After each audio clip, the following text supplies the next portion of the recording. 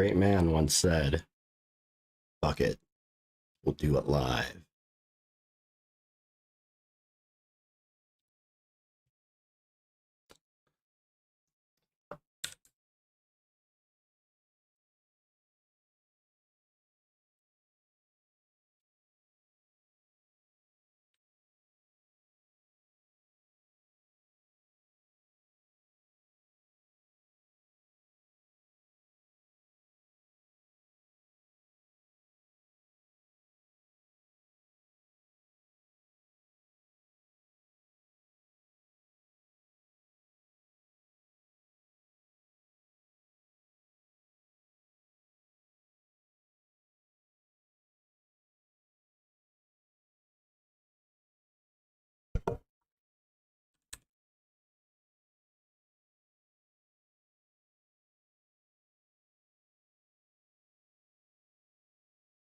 Welcome to blocking.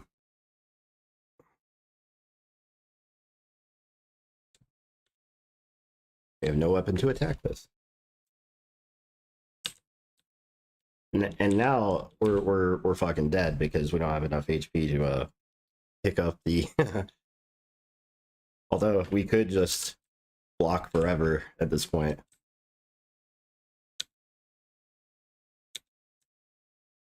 This is almost right. This is almost what I want it to be. However, for all the effort that we put into getting the blocking animation directed correctly in all of this, now I face a separate challenge. So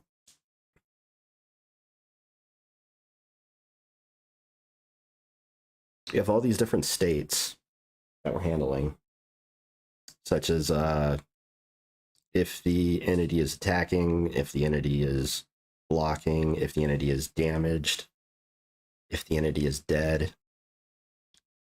Now we need to add another flag to the entity to indicate whether or not it has performed a successful block in this last turn. And we're already stepping towards that. I actually have a variable attempting to look for that in the debug panel, but it doesn't look like it's being set correctly.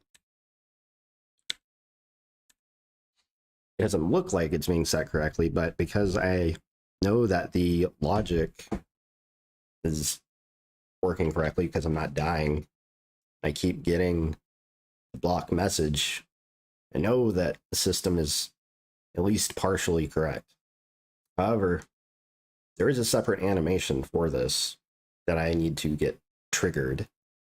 We actually need to put the player into the successful guard block animation state, as well as the shield itself. Now, because timing is everything and position is everything, and that's all there is time and space, right? We need to put the we need to do that animation after the blocking animation itself.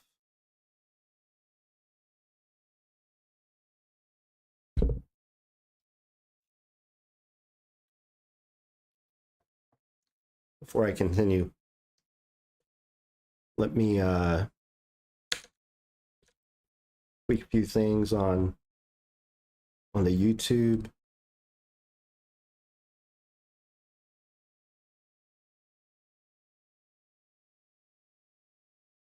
As I explained yesterday, for some reason my tags keep getting wiped out.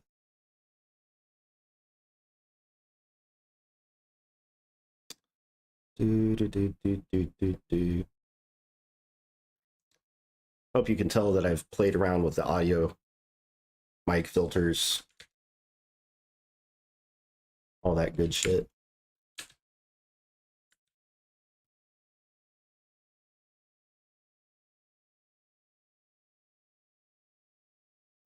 All right, we're good to go. All right, everyone. What all features do you have planned for the game?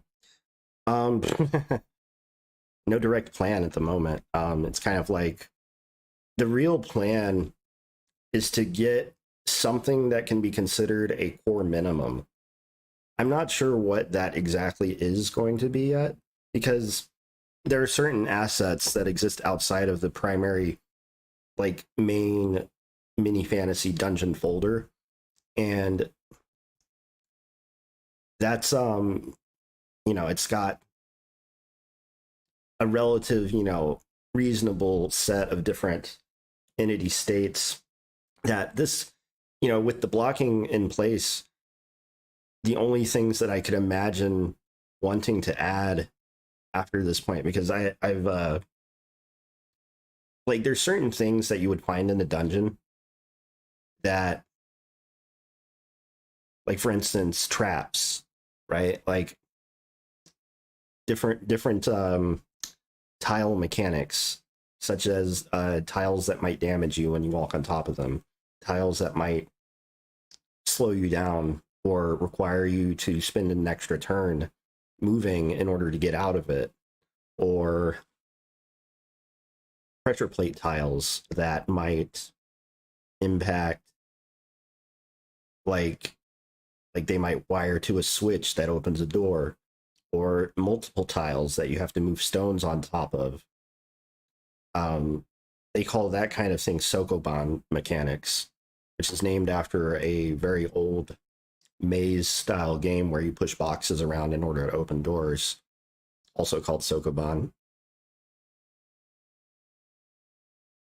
In fact, there is a whole ass sokoban series of levels in NetHack designed specifically around solving puzzles involving the placement of different boxes and stones, and to push them on top of tiles that activate. That's definitely going on. And the system I'm building should allow for that kind of emergent gameplay. Procedural dungeon generation. Over time, I have to hit a bare minimum set of entities, like different. I have to decide on what enemies, what races, how many of different types. I want to explore the viability of, like, how easily can I get different pieces of equipment to draw on top of the sprites so that we can get, like, really varied looks for each individual race. There's a lot that I'd like to do, but one of the other goals of development is that when the game is in playable states and I like release it to allow people to actually try it out, I want each of those states to be very clean and polished. I don't want anything to be very buggy. The game has to feel very fast and responsive. It's another major goal of the development process. I want to show that you can make a really good game that has potential for growth entirely in code, and also organize the code in a way where it's very easy to extend and add new features. But of course, during, we're still in the birthing process, right? We're working on a tile-based game as well, using ECS to manage a lot of tile data. Hell yeah.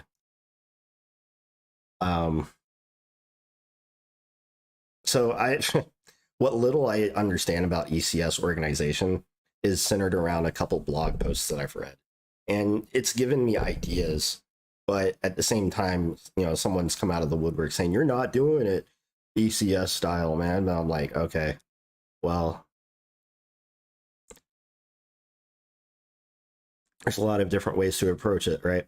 One thing that I am doing, though, is I store all of the entities in an array. We can take a look at that array.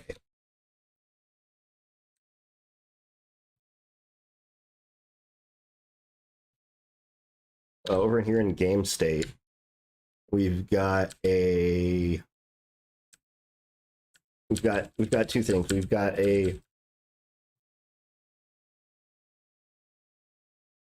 this thing called an entity map, and we have this thing called entity IDs, and they are exactly what they sound like. entity IDs is a array of integers, because entity ID is just an integer. So basically, whenever we create a new entity, we're just like at core creating a new number, and all we do is just increment like the next ID every time we do that. So however many entities I decide I want to spawn,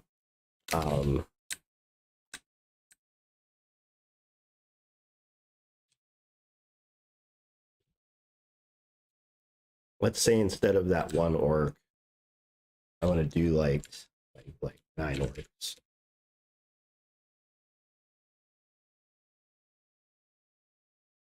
Been a while since I've tried this. There you go. Okay. So each one of these orcs has their own ID, and that's like the core that, at least my understanding of ECS, was that you use the entity ID to reference into different things. But at the end of the day, I'm only really using it to access an object containing all of the different properties that are attached to it. The way that the blog post organized their own ECS stuff was essentially by, instead of distributing it into different objects like I've done, they, for instance, for each individual property that might belong to an entity, such as its name or its position on screen or current health or whatever, each one of those is stored in its own like hash map that gets accessed using the entity ID. And then on the entities themselves, or at least now I'm kind of mixing it up with how Bevy, this framework in Rust, does it. But I think the same idea applies, where you somehow are able to tag that this entity has this attribute. And the way I was doing it when I attempted to implement this was, just each hash map. If you look for a particular entity and you come back with -1, then that entity doesn't have that property. But you end up having to check every single possible property for the entity in order to see if it has any. This may not be the most efficient way to do it, but it was a learning experience. But I think at the end of the day, I'm doing something that's kind of a hybrid of like ECS style and object-oriented style. But even then, how can I be doing real objects, because I'm using C, right? I only ever call it that, but at the end of the day, it's not real object-oriented. It's mostly like struct-oriented and pointer-oriented. So, can I get out of this situation alive? Hell no. I'm about to get clapped as fuck. Look at this.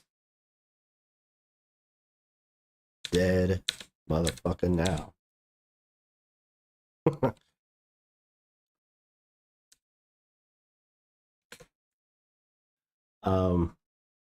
So he said, yep, you query for all entities that have an attribute in order to choose which systems you run on them. Yeah. So I think I was missing maybe one layer when I was playing around with implementing like a real raw dog ECS style system. I might even go back to it one day. I know that like over time, like I have to be very considerate about the organization of things in this game, because like, for instance, like all of the areas that might exist at the moment are all dungeon floors, right? So we have this dungeon floor.h, and a dungeon floor is basically a collection of tiles, like a matrix of tiles, and an int width and an int height, and then a list of possible event IDs. Maybe this aspect is component oriented. And then also a list of plates.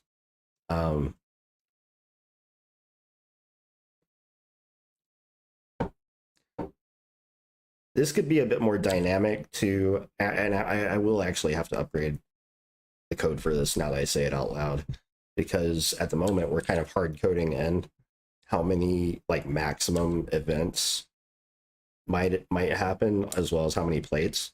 So I'm not really doing a lot with plates yet, but I do actually have some code that I could throw in, and actually I do want to get back to working on the dungeon floor generation at some point.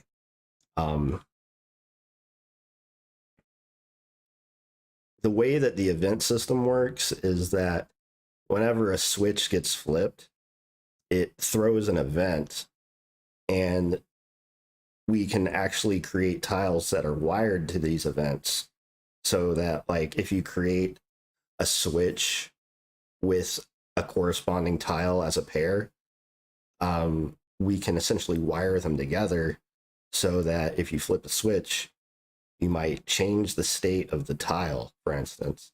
And I use this to implement a spiked floor that we can turn on and off.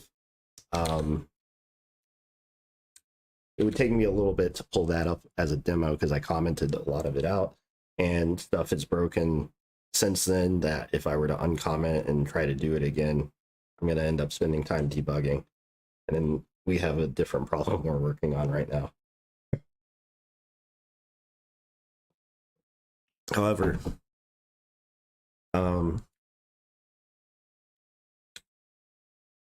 point being, this seems component oriented-ish. We're not really querying to see if it has a property so much as like making the assumption that this is a thing that exists. But when I go back to recode this, I'm gonna have to make this dynamic so that like the maximum number of events for a given floor matches the number of tiles that are on the floor, as well as the same thing with the number of plates. Actually, it might even be possible that this number could be bigger than that because I don't know why, but chances are in creating a dungeon, we wouldn't even necessarily want this many events all the time. But I kind of like did static allocation as like a dumb step so that I don't really have to think too much about whether or not I have the space for it. I'll get back to it eventually. However, what I did to have working is basically centered around this whole idea of flip the switch, the event gets put into an event like array, and then we on every turn go through that event array to see if any events triggered, and if they do, then we are able to pull up the tile that's wired to that particular location. And the way we do this is by storing the X and Y of that tile location, as well as the type that we want for state 1 and state 2. And we might even find a way to implement multiple states. There's a lot of opportunity for making things better, but the first step, I feel, in any organic process is to make something that simply works. And at every step of the way, we make one new thing work rather than attempt to overscope what it is that we're doing in the moment. Because the thing that we are aiming for is something that will emerge out of the process. Or at least this is my hope and goal. But I've seen it done before, and I believe I can do it.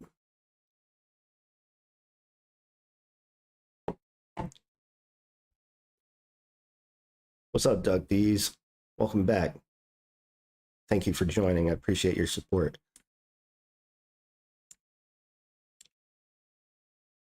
We are going to get back to it. So at the beginning, I explained the problem that we're dealing with.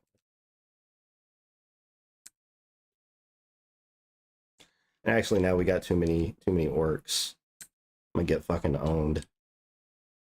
Although I wonder if the block will work for more than one orc. Oh shit, that's a good test.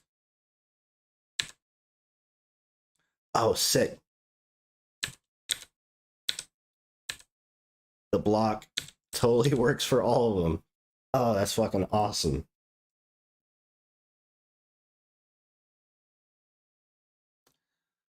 So one small improvement that I can think of right off the top with regards to the messaging system is that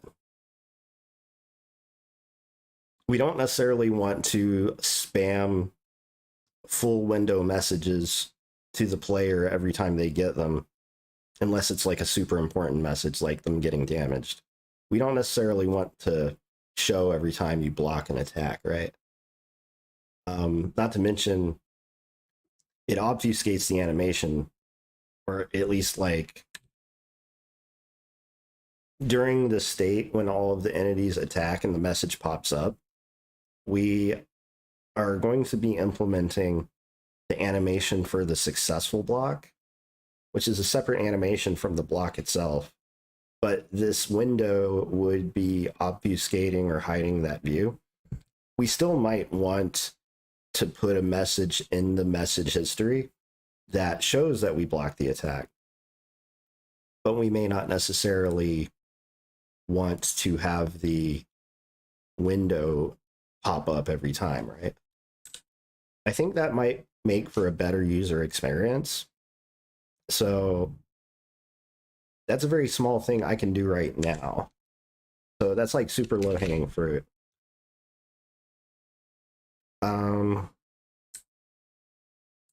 Over in liblogic,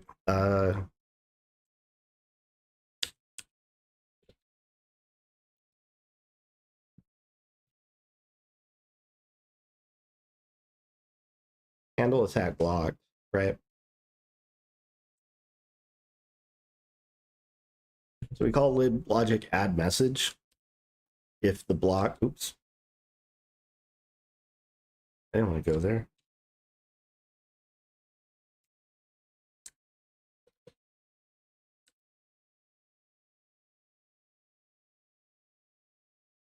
There we go.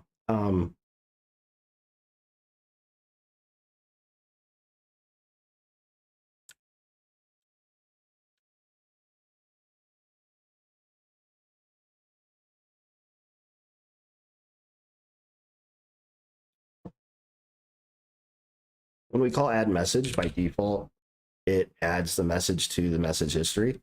So one kind of workaround for this particular situation is we can just add it directly to the history. And this way, the message shouldn't pop up every single time. And when we actually get the success guard animation working, we'll be able to actually see it because it won't be covered by the window.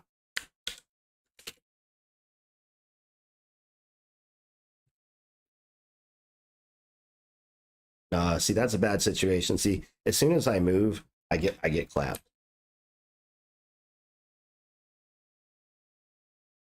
Well, I'm supposed to. What just happened there?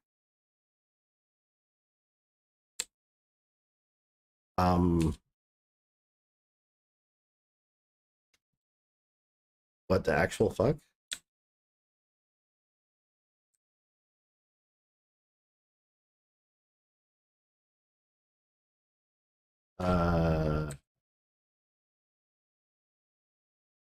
What?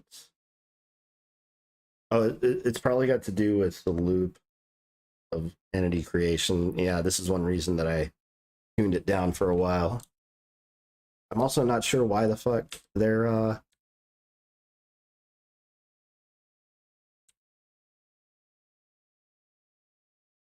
not moving. That's very concerning. I didn't turn off anything in liblogic to make them not do that.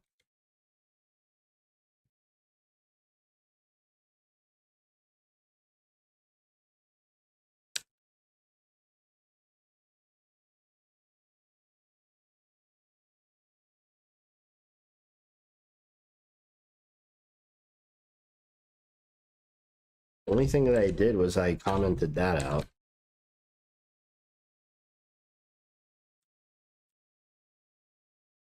Wow, they're just not moving.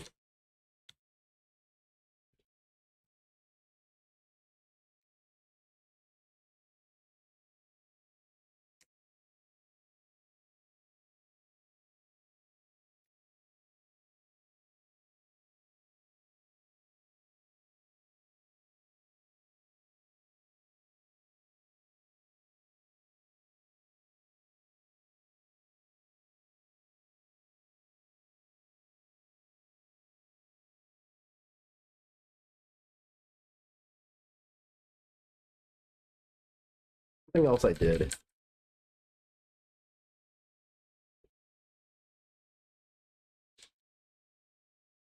I was spawning 9. I originally was just spawning 1 to test it.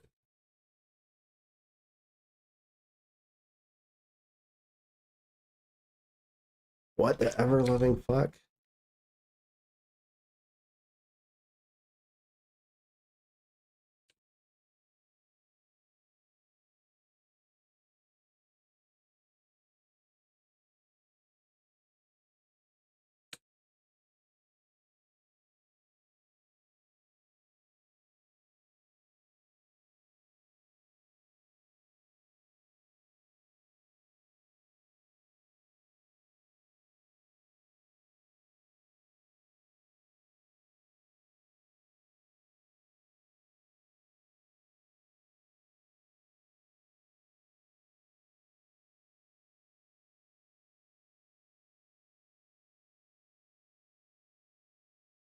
I'm glad I caught this now.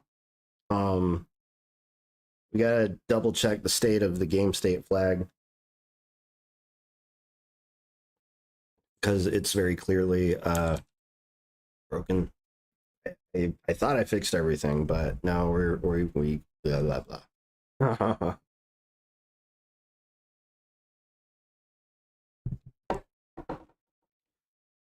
If I get quiet and I ever zone out writing, working on code, don't mind me. That's part of the process. Coding doesn't mean you have to be talking all the time. Sometimes it means you gotta tap into the inner voice. All right.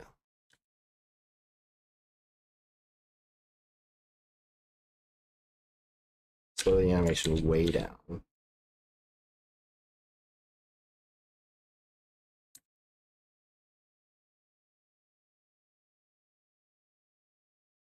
Whoa. What?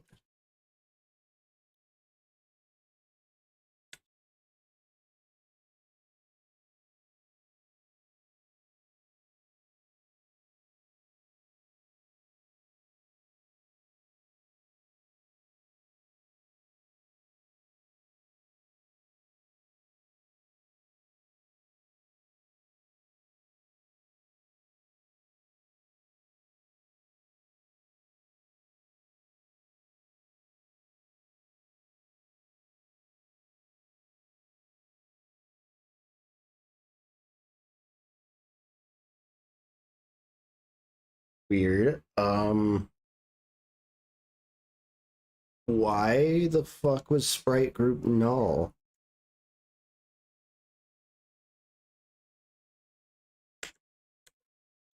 Oh. Oh. Huh. Do I have, oh, maybe I have to clean it every time I change this.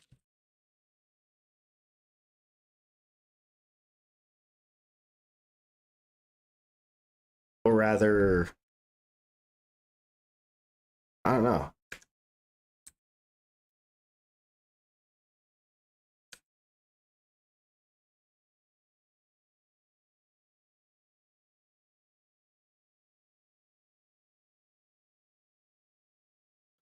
Oh, the dude's moving now. Okay. I don't know what the fuck happened there.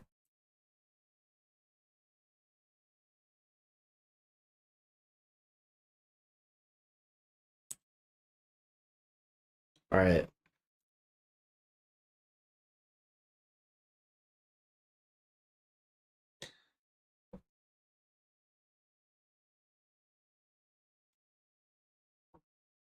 You know what would be cool is to slow down the smooth move on the sprite itself, because even though I've slowed the animation down, the rate of change for the smooth movement is still like 1 pixel per frame. It would be really interesting to take a look at that real quick.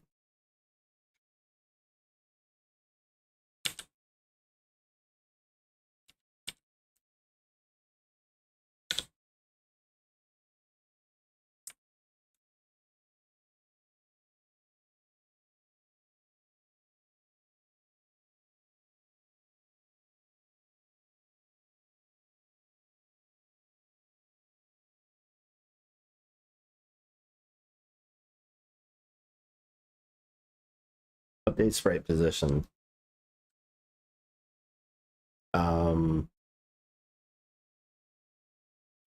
Sprite.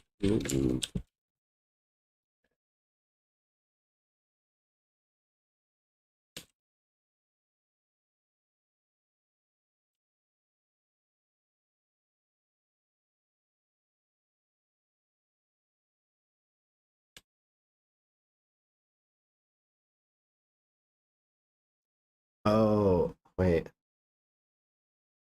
Oh, this is something I have over there.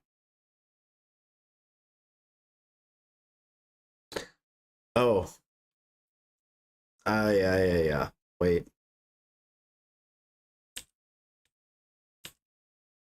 Update destination.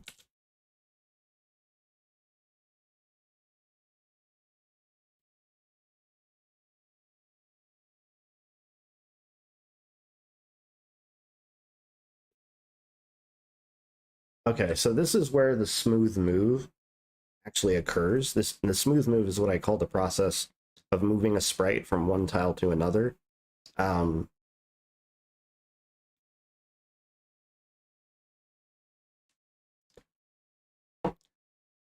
essentially what we do is in lib logic, whenever a move is successful, we attach a value that represents the actual physical distance in pixels from one tile to another. And we attach that to the sprite group by copying it over from the entity. And then on every frame, this function gets called on every sprite. So sprite group has a associated destination because, again, every sprite group contains multiple sprites. So on update, we simply copy over, or actually we actually increment the destination x based on whether or not the move x is greater than or less than 0. And then we subtract 1 from the move x, or add 1 depending on which direction again. Same thing with the y. And this is how we're able to get that, what I call smooth move between tiles. So let's consider, how would we get the animation value over into sprite group such that when we update, we are incrementing or decrementing not by 1, but instead by a value that is something like 1 divided by the animation rate.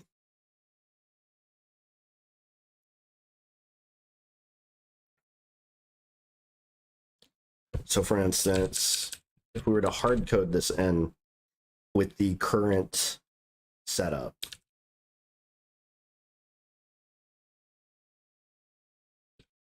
I like to do this kind of thing.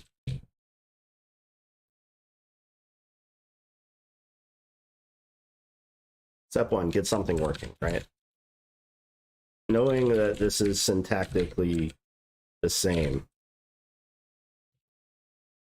Step 1,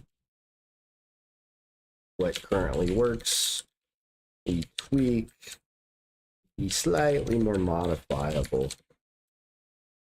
Now, this doesn't do much yet. However, so in the sprite group.h, so we have a destination x and a move x. And actually, this is a problem because the modification that I wanted to do would be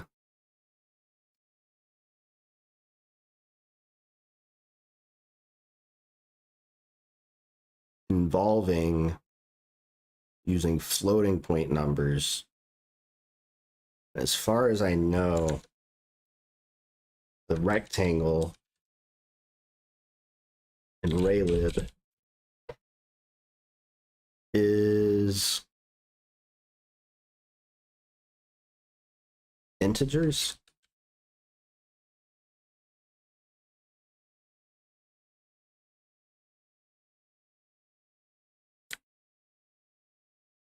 Could be wrong.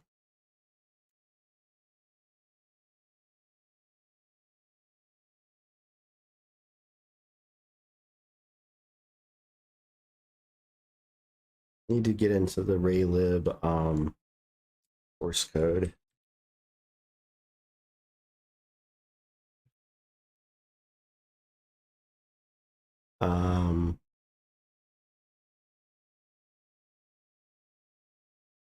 Rectangle class.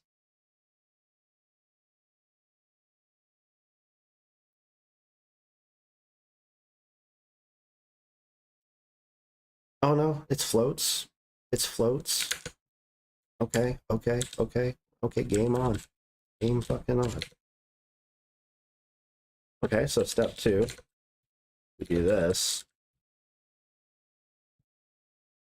Remember, we're hard coding in a scalable transitory slowdown of the smooth movement.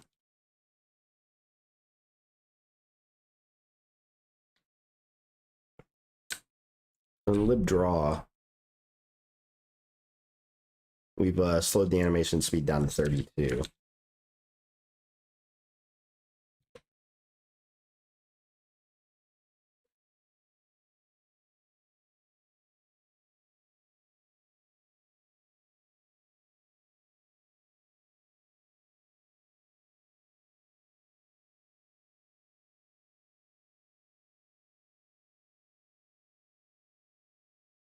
Let's see how this looks. This should have an immediate effect on what happens. Oh, that's fucking awesome. Although that's a little bit slow.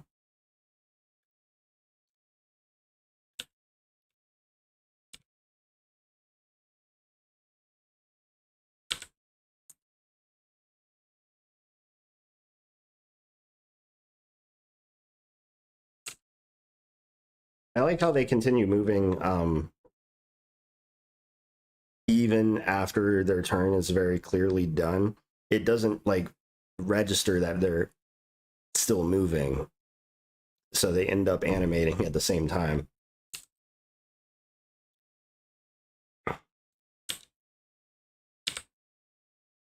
I also can't cycle through the message window during that state. That's interesting.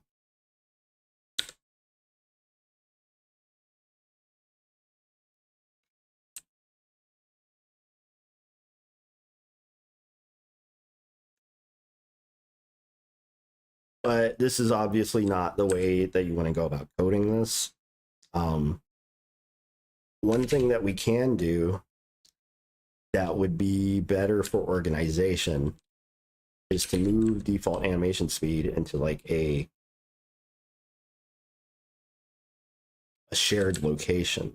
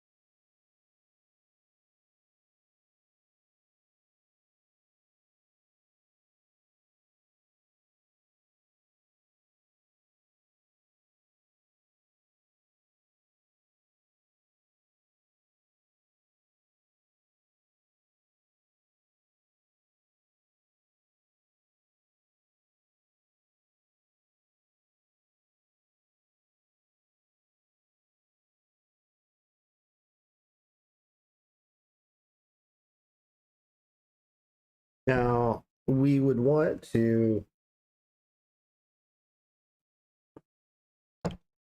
not be constantly dividing by 32 every single frame. It seems kind of expensive. So when we create the sprite group,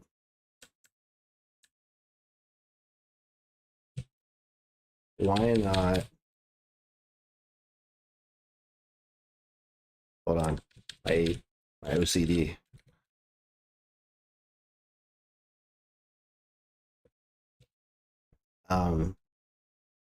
But we create a property on the sprite group.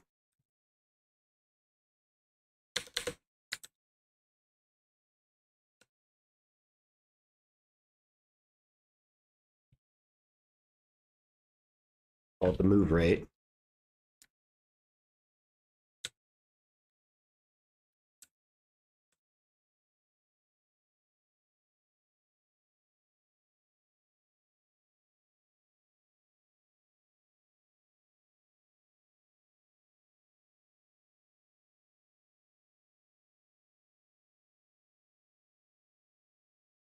Divided by the default animation speed.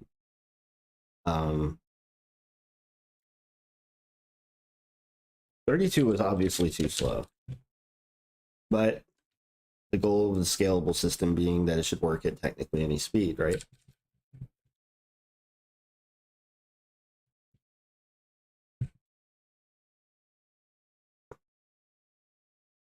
Although that was a bit, they played a bit fast, right? Like the movement feels slow. Oh wait, we didn't do it down here because I'm excited.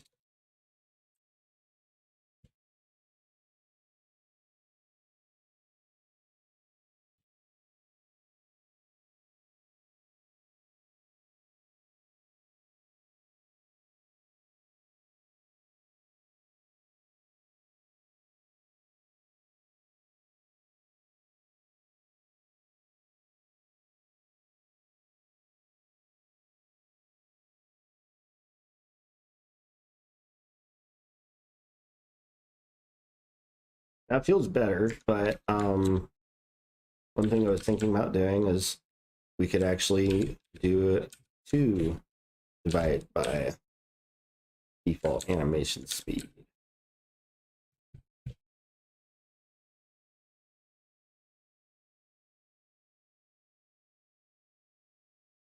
Doesn't feel bad.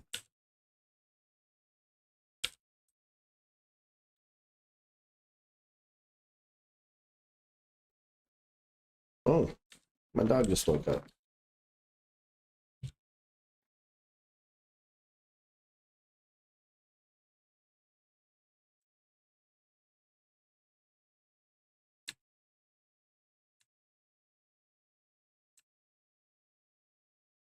I also see a brief hiccup with the blocking animation.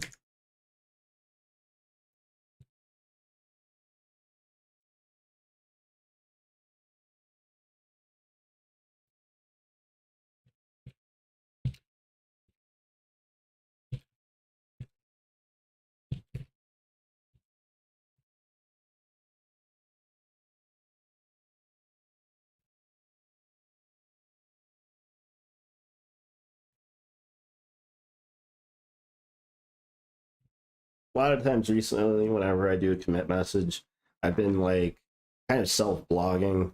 Like every commit message doesn't necessarily represent working code anymore, but it does represent like a check-in point, and I'll often kind of like blog to myself, like where I am in the process, what I was currently working on, and anything new that I noticed during during that last round.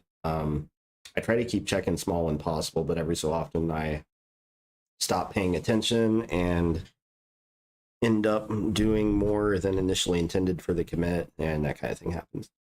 I gotta take a break to take her outside real quick.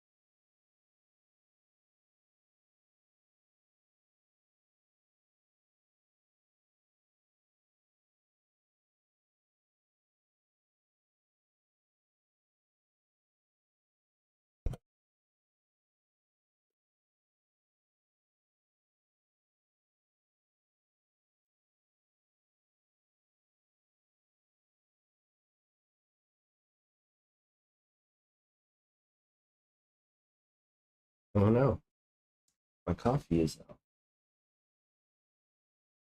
I'll have to get another drink here in a minute. Where did I leave off?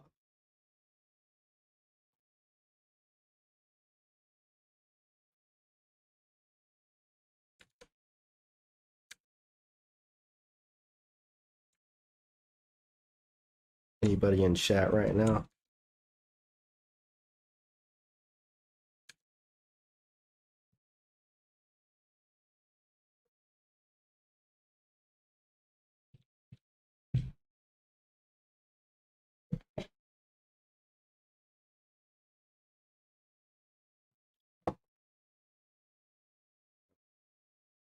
We'll just dive in.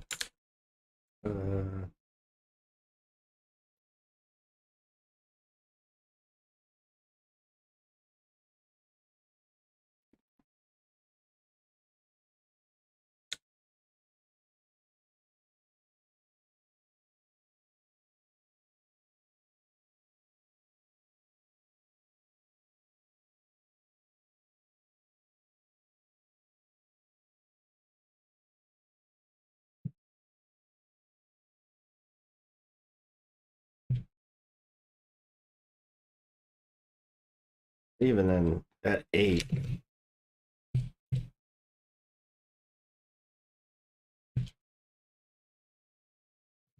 I like that movement rate more.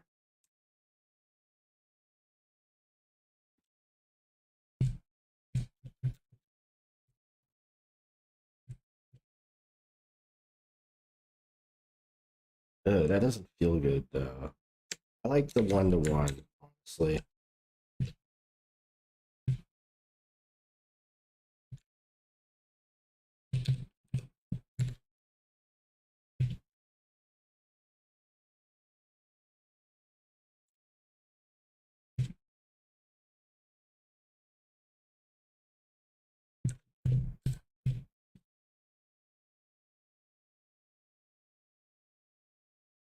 Yeah, I feel like that feels good at any animation speed. It was still an experiment we're trying.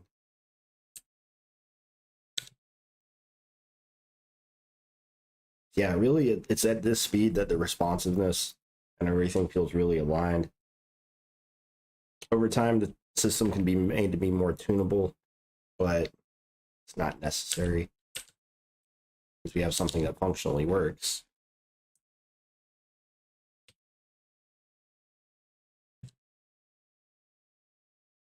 You notice that you can see barely that little hiccup in animation. We'll probably be able to better see it if we slow things down again. Make things absurdly slow.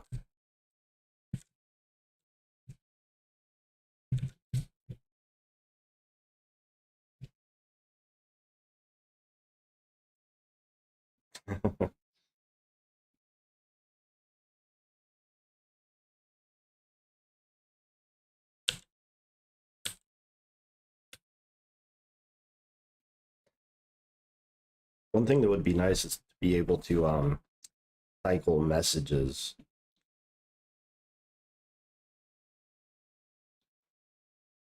during the NPC turn.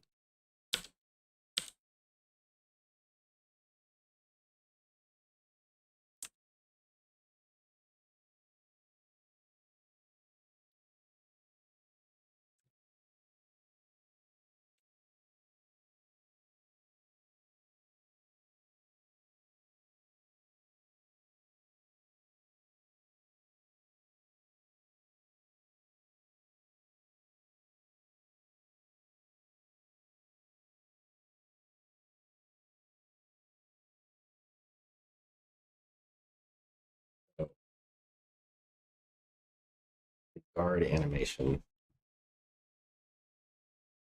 I feel like it has a frame hiccup at the very end.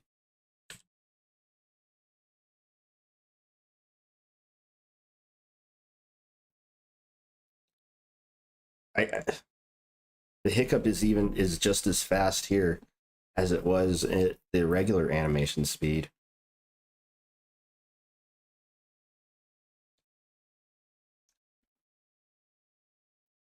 But what I think, let's see, 1, 2, 3, 4, and it goes back. This 1, 3, 4, and then it like quickly jumps back.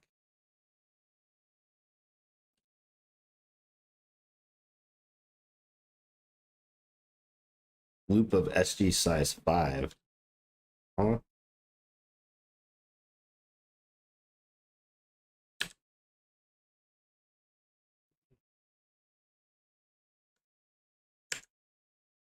Not sure what the frame hookup is coming from.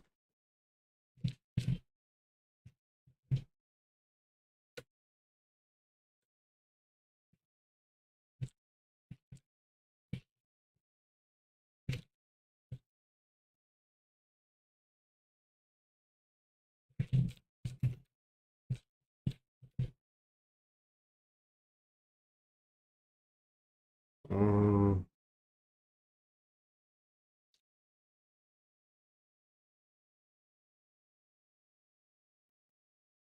to make testing easier, I want to tweak the dungeon that I'm generating at the moment.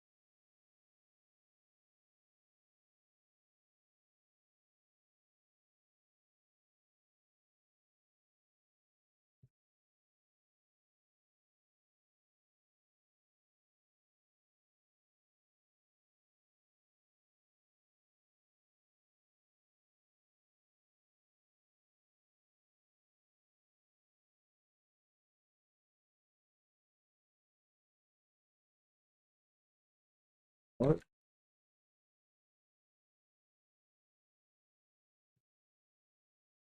Oh, oops.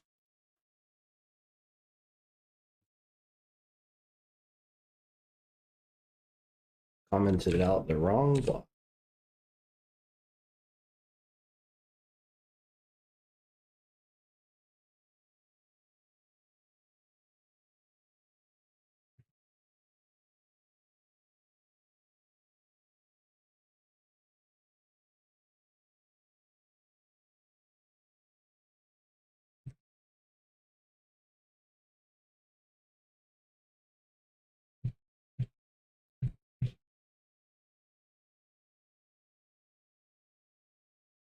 I want to create like a real static room for right now.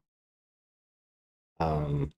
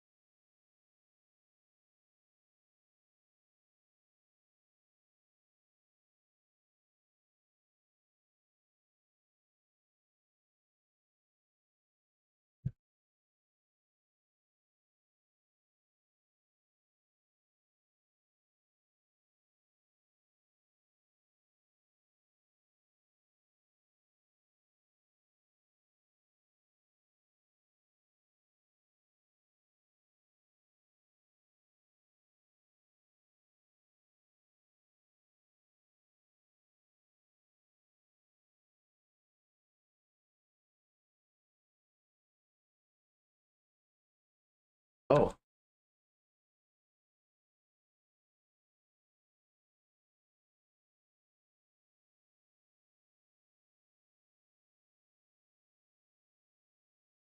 right.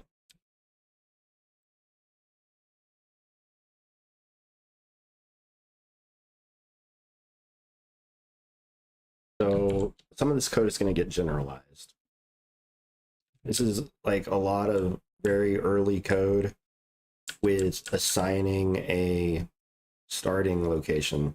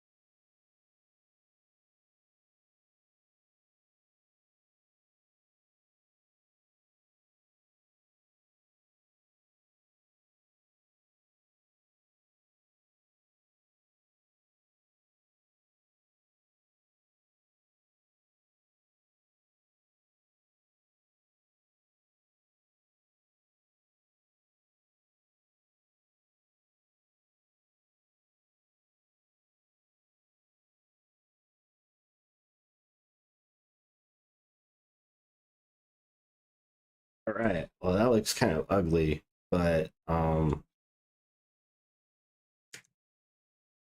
segfault. I don't like that.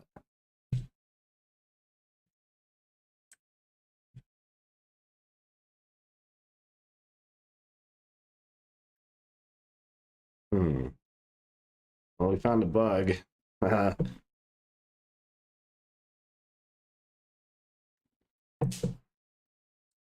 So no big deal.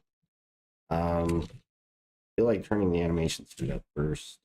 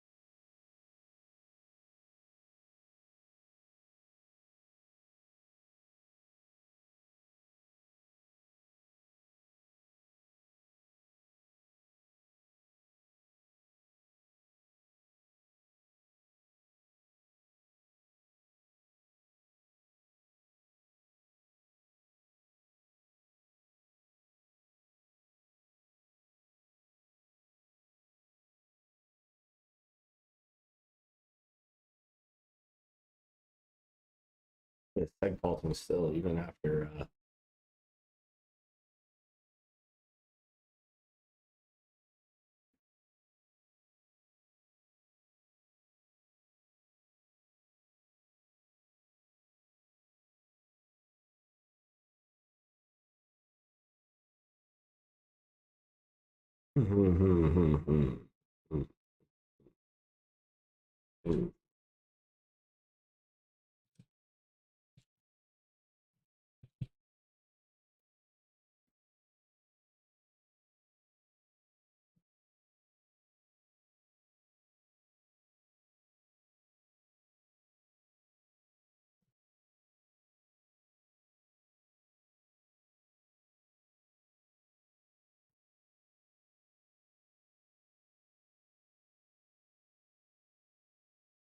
Oh.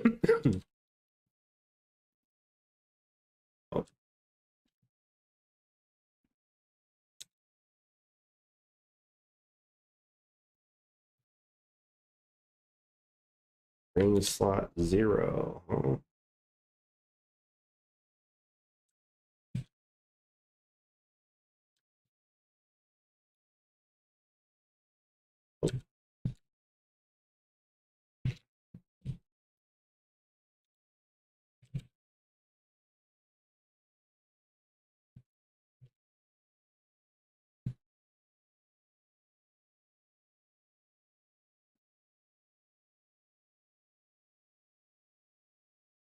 Weird.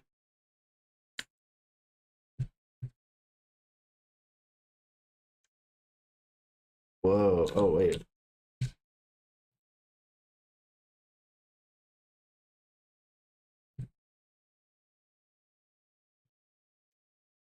What?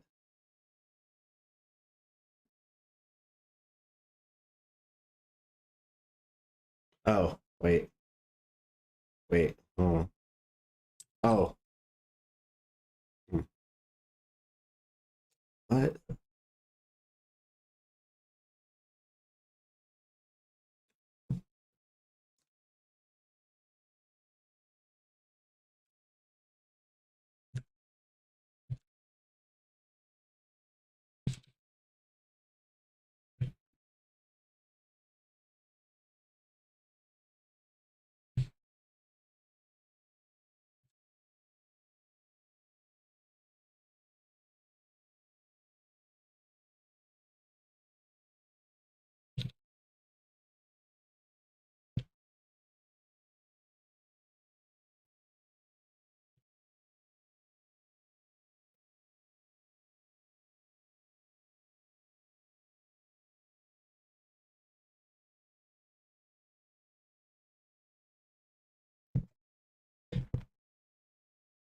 What's going on?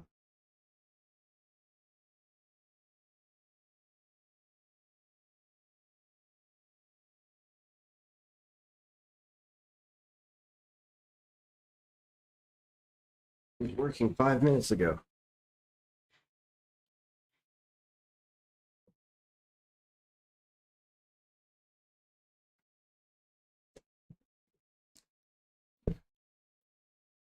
Oh. No, I think I know. I need to be calling entity free.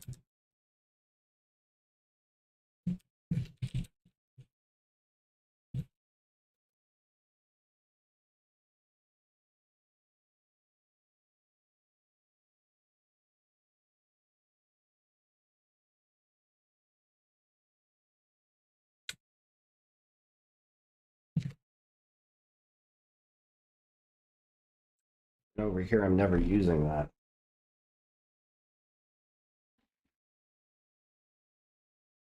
Am I freeing the entities beforehand?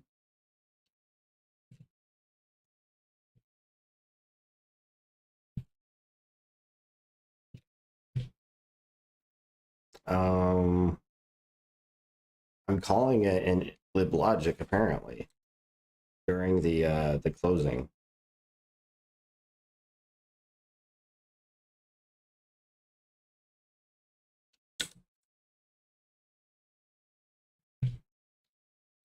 Five in 3 places. 596, 360, 636, 770.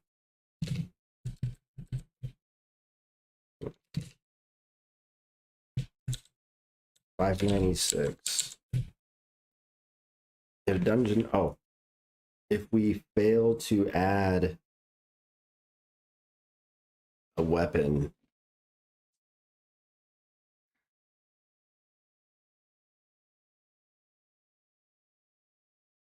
we free the entity, but we've already added it to the EM. All right, this is a great opportunity to test GPT Nano versus DeepSeek versus Grok.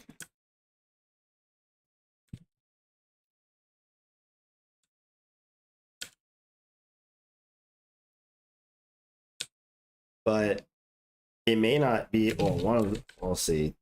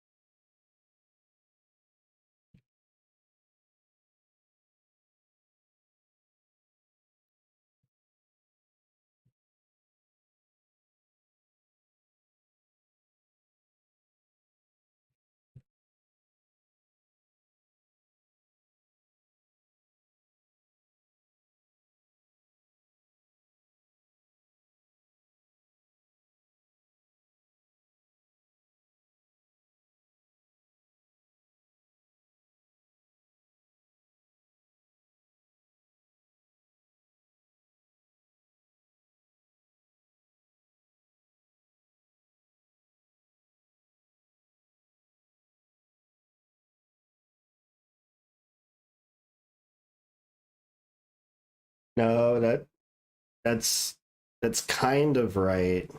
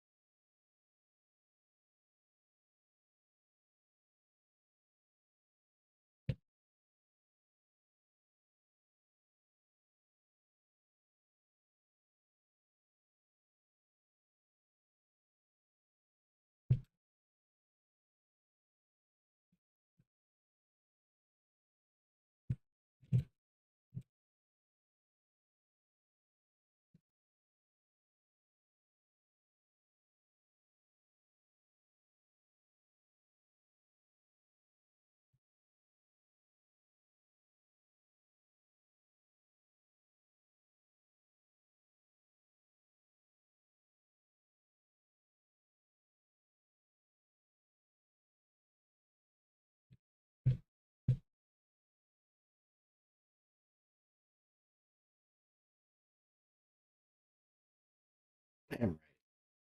Fucking right, I am.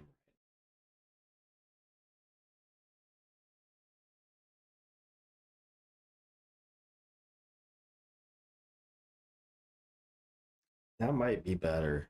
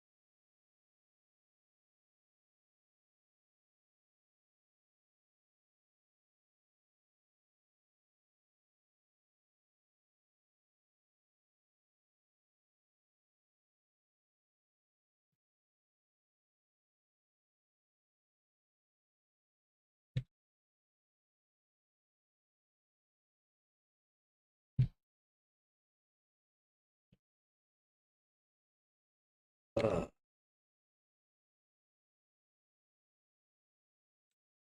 okay, so it's not to do with creating the shield. I think we commented that out anyway. Um,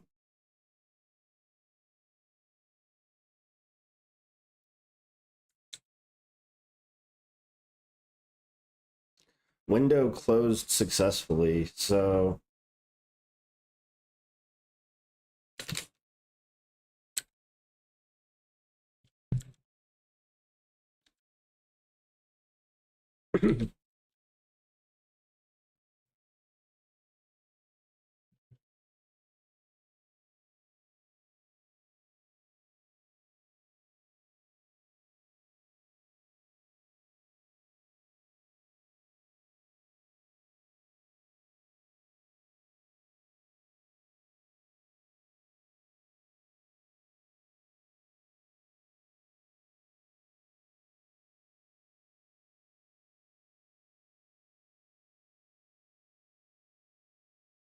see where in this process.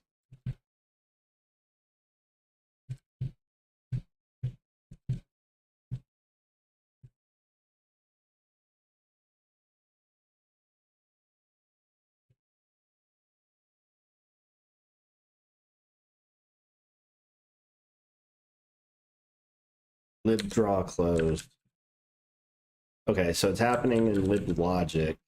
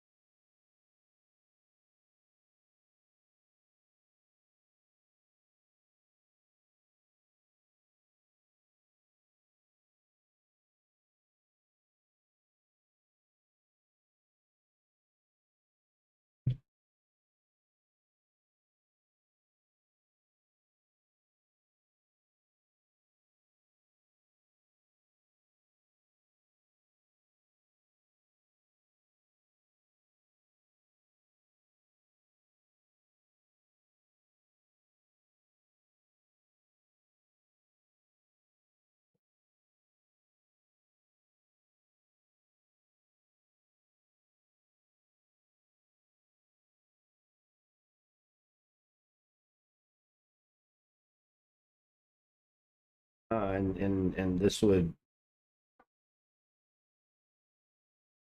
well, we already set that to check to see if it was null.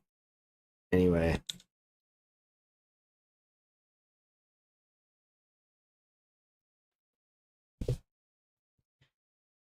Need some lava, babe. Oh, she's okay.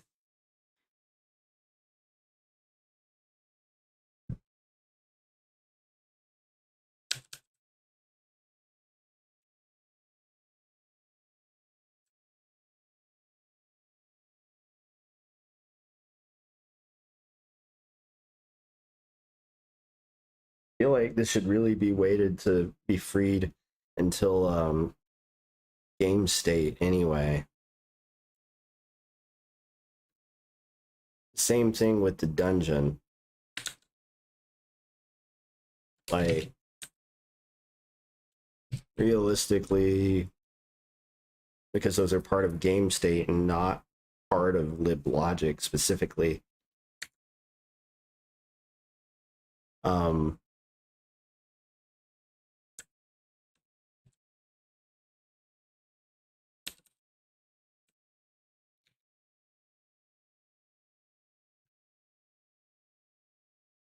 We should just like do a straight call to it.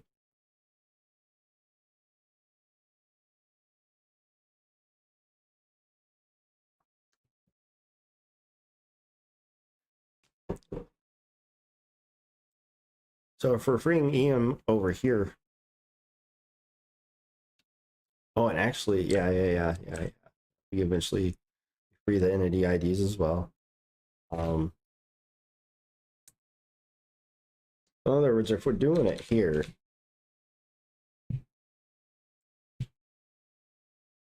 then we don't need to do it here. And we also don't need to destroy the dungeon here either. So really, logic close does nothing right now. If there were something that were being stored up here, then we would need to manage it. But right now, it's just a placeholder. Or at least we've reduced it to a placeholder.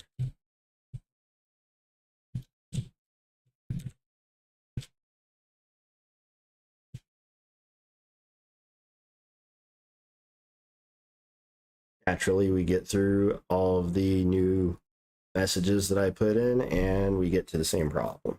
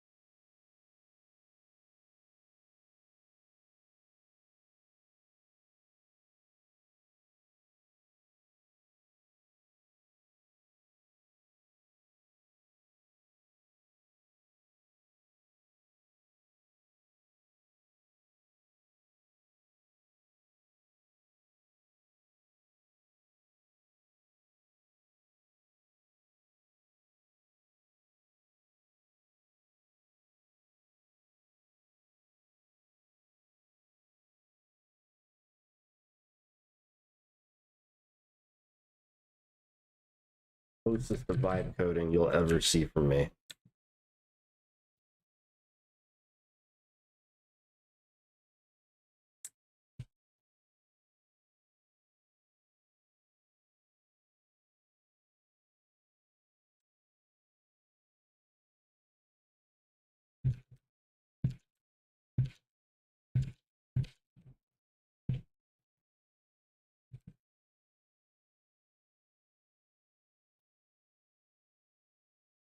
Those egg faults.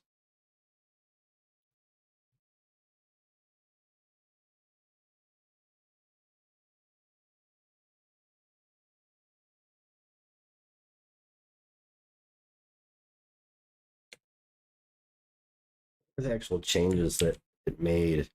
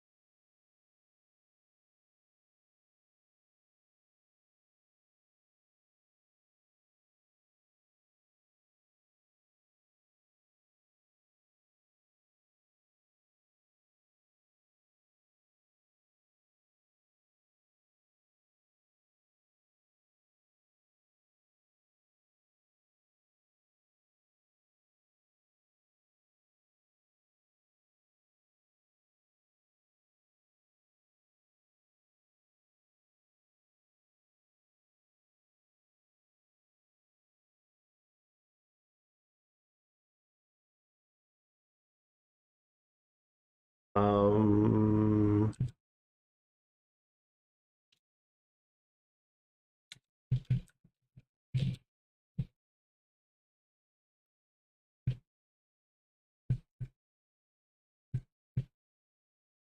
so that is a safe thing to do. I am gonna need a little booster to help me out over this.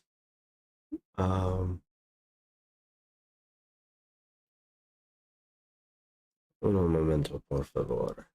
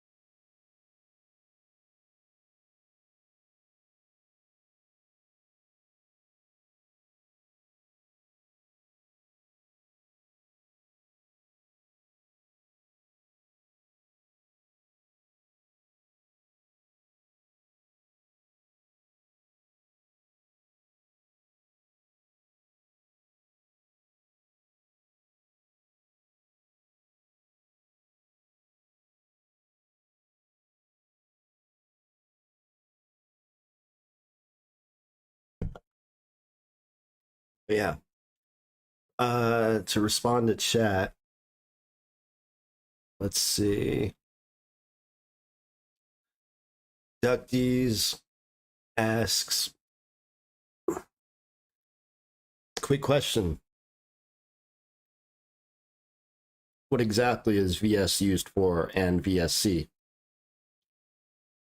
Sorry, bro, I don't know if you answered my question. I was also watching another streamer attempt an overclocking record live. And then also, Dark Mage, you have plenty of subs. Why don't I see ads? One question at a time. VSC versus VSC. So VS is Visual Studio and VSC is Visual Studio Code. Two different products. Visual Studio predates Visual Studio Code by a long time. I knew about Visual Studio back when I was a preteen. I'm an old man at this point, 39 years old. I've known about Visual Studio since I was 10, easily. Like, awareness of existence of the product for that long, right? And I've used it enough to know that I fucking hate IDEs. But I knew that I hated IDEs before I ever used Visual Studio or Visual Studio Code. Although Visual Studio Code, many people may not even consider it IDE, but it totally is.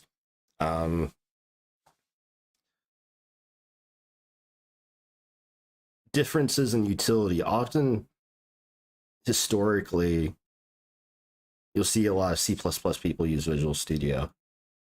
I'm certain that Visual Studio Code has C++ support, but a lot of the people who use Visual Studio Code work in things like Python, JavaScript, whatever the fuck else, other people, Rust, Golang, all that shit.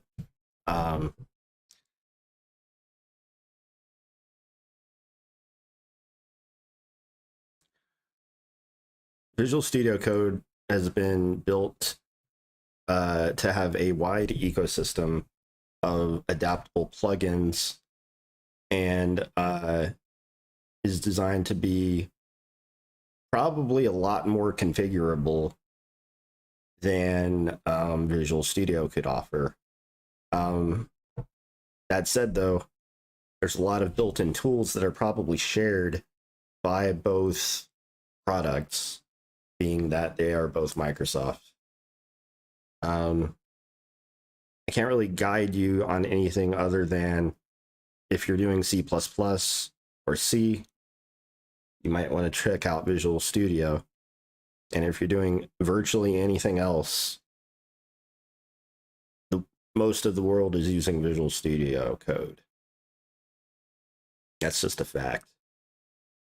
I had a lot of students in the last, well, when I was actually doing more tutoring than I'm doing now, from like 2017 to 2020, I had a lot of students, and many of those students were using either JetBrains or Visual Studio Code.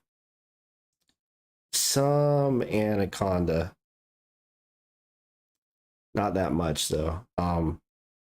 People using Anaconda were more in the data science department. As far as why you don't see ads, that's something I'm trying to work on. I would love to have ads.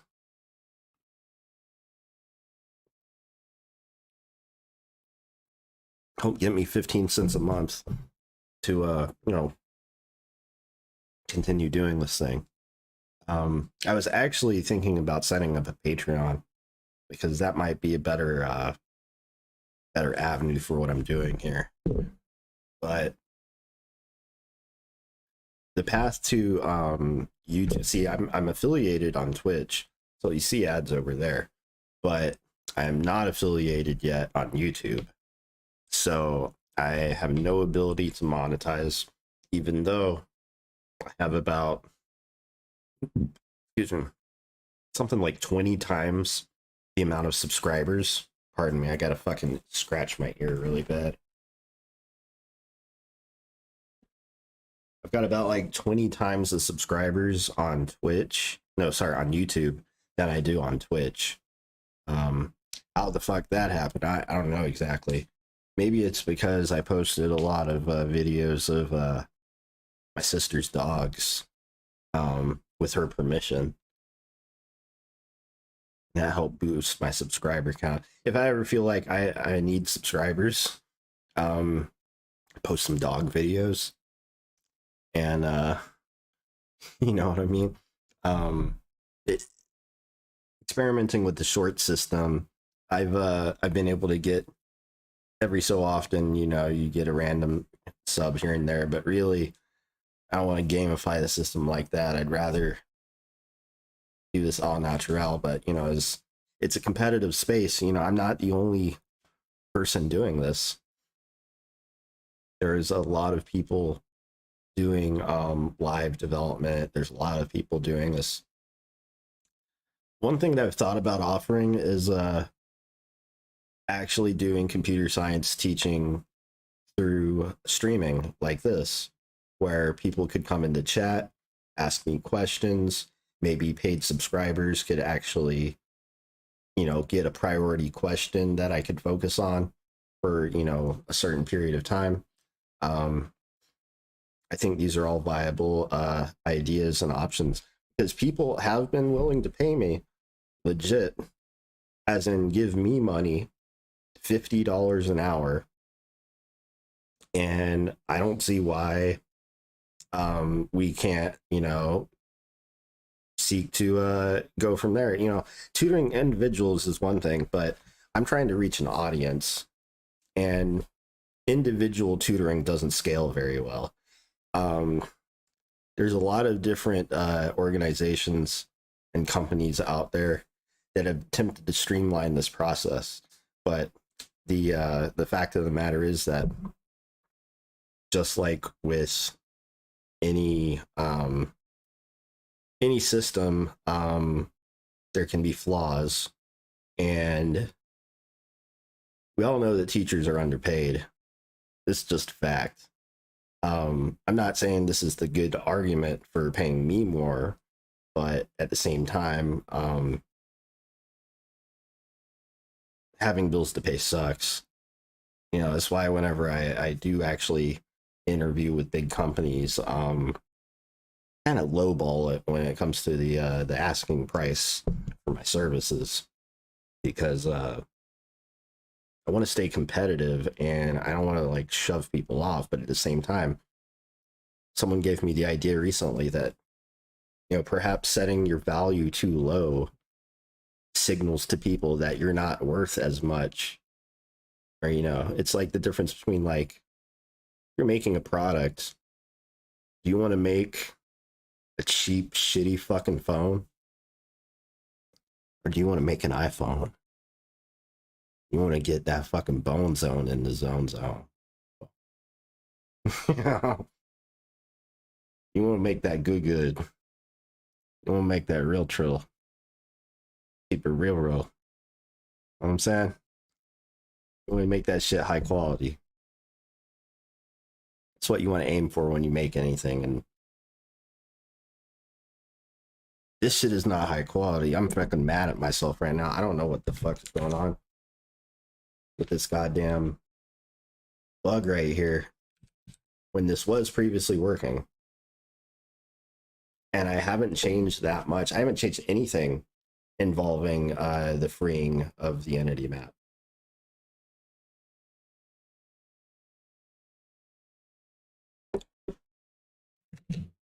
So, like, if we were to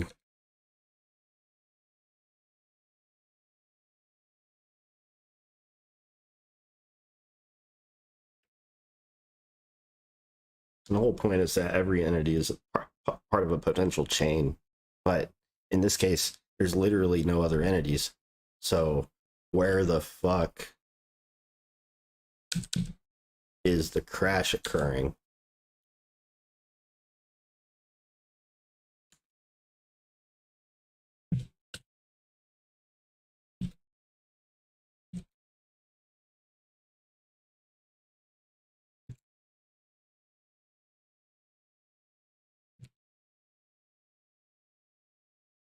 This is some of the most retarded coding that you'll ever see me do.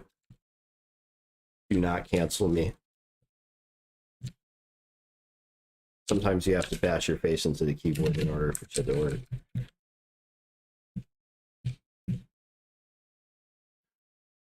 Oh, that's real interesting. That's okay. So it's actually getting through one full loop, but it's attempting to step through a second time because current is not null, but the original current's next should have been null because when we created it, there's no other entities that we're attaching into that chain.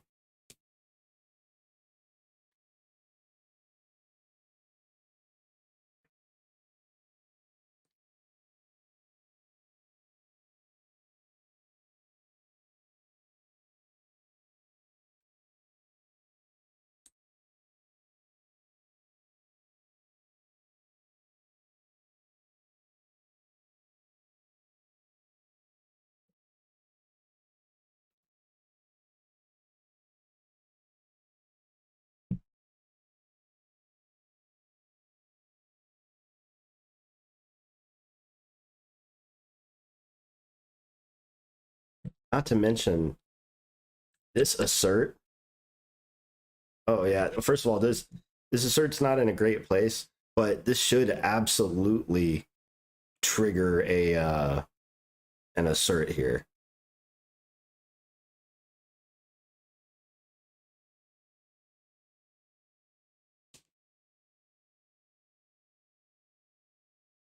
But it's not for some reason.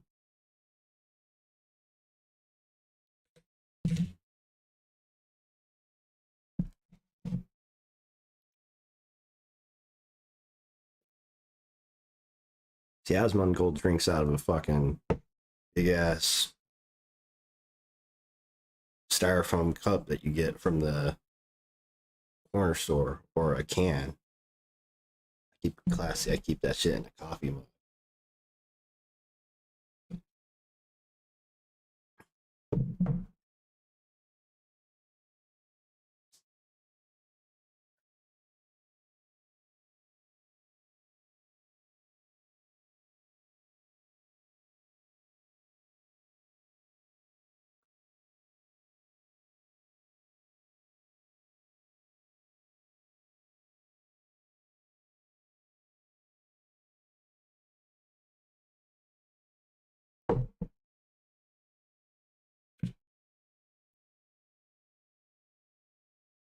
We never assigned the next to null when we created the entity.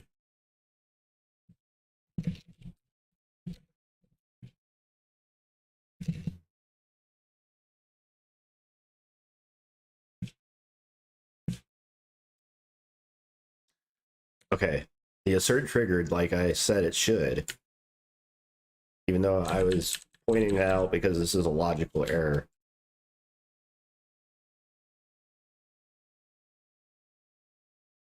We are not asserting that next should be not empty. We don't want to do that.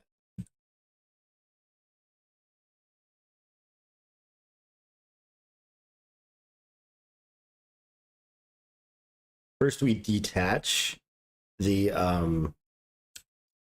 next pointer from the current. This is just basic linkless shit at this point. This could actually be a good lesson for y'all. We detach the next node from the current node that we're actually freeing, and we have to do this in order to free all of the possible nodes in the chain. And then we free that current node and we set that pointer that was containing the old current to basically point to the next node. This way we can repeat the process for all the nodes in the chain.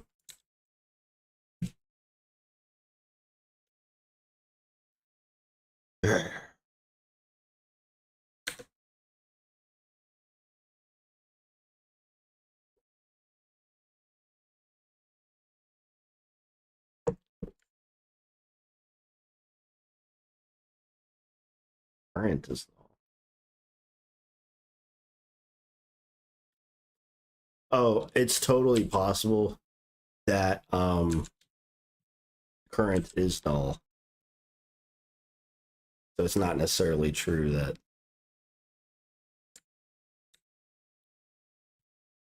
like when I replaced a lot of these asserts, I probably didn't anticipate that. Okay, we got past it. Let's clean up that debug log. 48 and 50 of VM.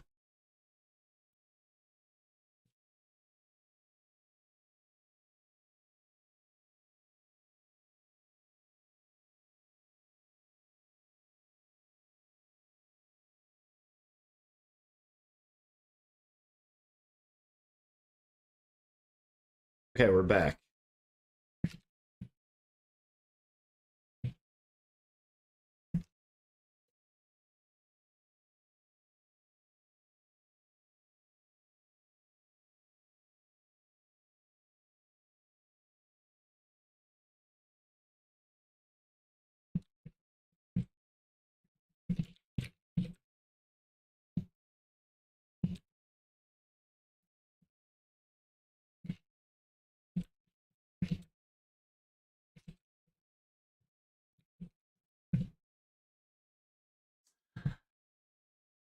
Fuck.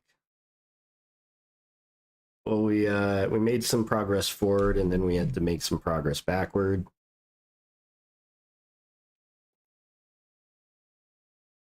As the new saying, you know, I've been saying around here lately, is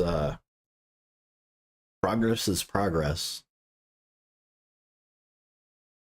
So you can't really kick yourself if you get something done. And you know, it's always about a question of quantity versus quality. And you want to make sure that what you do have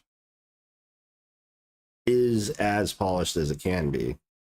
But at a certain point, you do have to put things down and move on to the next task, right? You can't just stay on one spot forever, because then it'll appear like you're not getting anything done. There's a delicate balance of diving deep into your own work and then also pushing it forward. Because I tell you what, some people out there in many different industries, individual human beings, are working with setups that are unnecessarily complicated, sometimes can make their own lives more difficult than they need to be. And some like me is there to help them untangle this web and try to pave the road over and smooth things out so that existing processes are improved. That's what I'd like to tell myself that I do for people. Why people have been willing to do business with me. And why companies like Google have been eyeballing me for over a decade, being like, hey, why aren't you a 10x dev yet? And I'm like, yo, the fuck you call this shit? This ain't no 10x, but this is some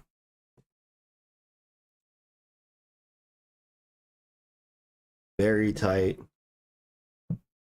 constantly improving code that I hope that over time I am continuously improving the organization and management of. So, having fixed that, let's add the sword and the shield back in.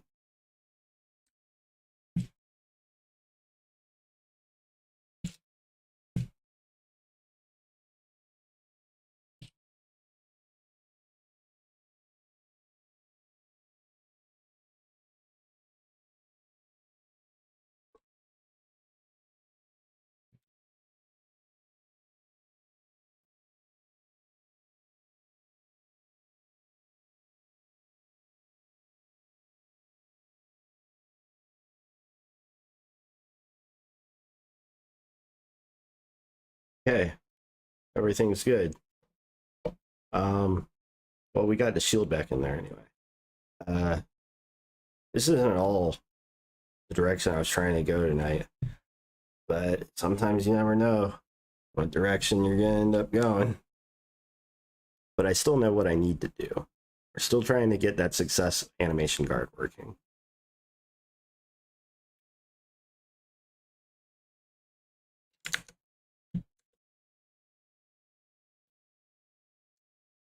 Oh, it is getting late over here. I should probably check in and call it a night before I rabbit hole down this fucking anymore. I gotta get ready for a new member of the dojo who's coming here the next few days.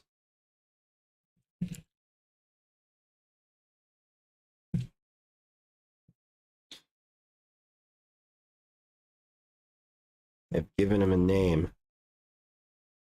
His name is Nano, because he is a small creature. I have no idea what he's going to be like with me, but so far the report is that his temperament is very sweet. My only concern is with my nightmare cabling situation over here. I will have no problem cleaning up the rest of the dojo, but I have to come up with a solution in order to help prevent any potential issues that might arise from his interest in the jungle of electronics that I have all conveniently stashed behind everything.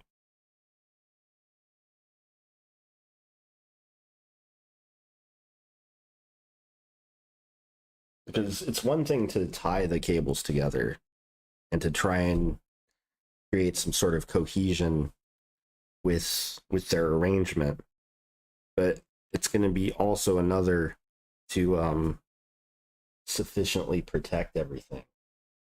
So I kind of have to step through the entire setup, and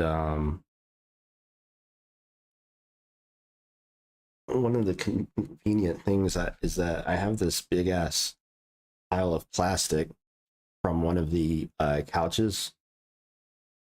I say one of the couches, the couch sofa that I got. Fucking buy a fucking sofa on Amazon. Good investment though. Holy fuck. It's really nice and comfy.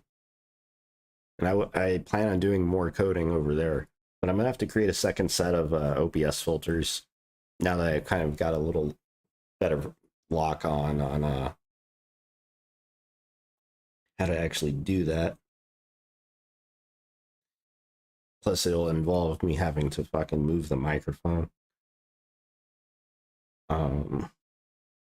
Which actually, you know what? I might end up having to switch off from the arm setup and put it back on the stand.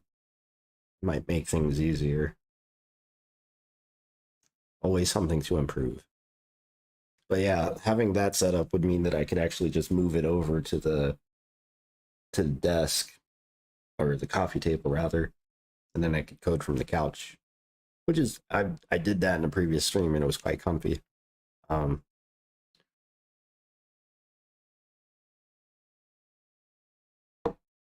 So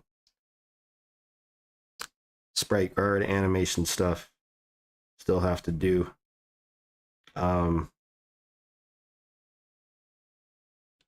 Suppose one thing I could do before calling it a night is step with logic forward so that we're creating another orc again.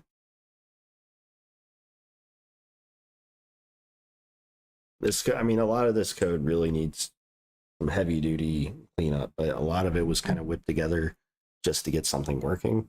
And if I'm able to get it working with the existing functions that I've created, then I can go back, take a look at things, and come up with more generalized versions of the hard-coded examples that I actually do get working.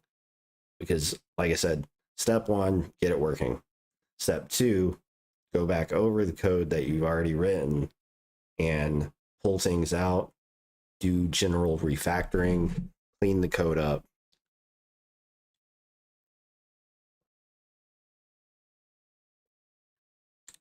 In my logs, more than anything else,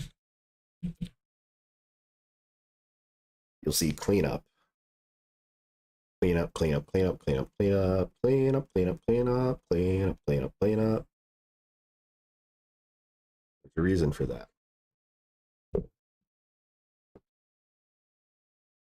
You need to be always going back through your own code.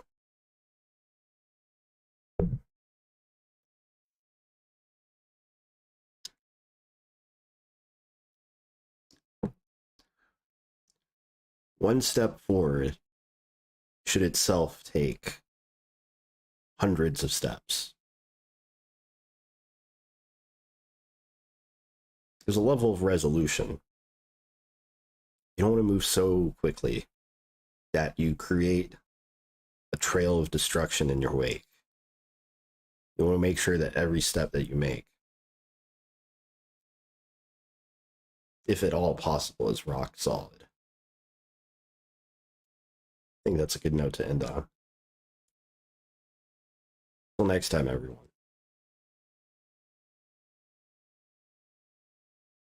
Progress is progress.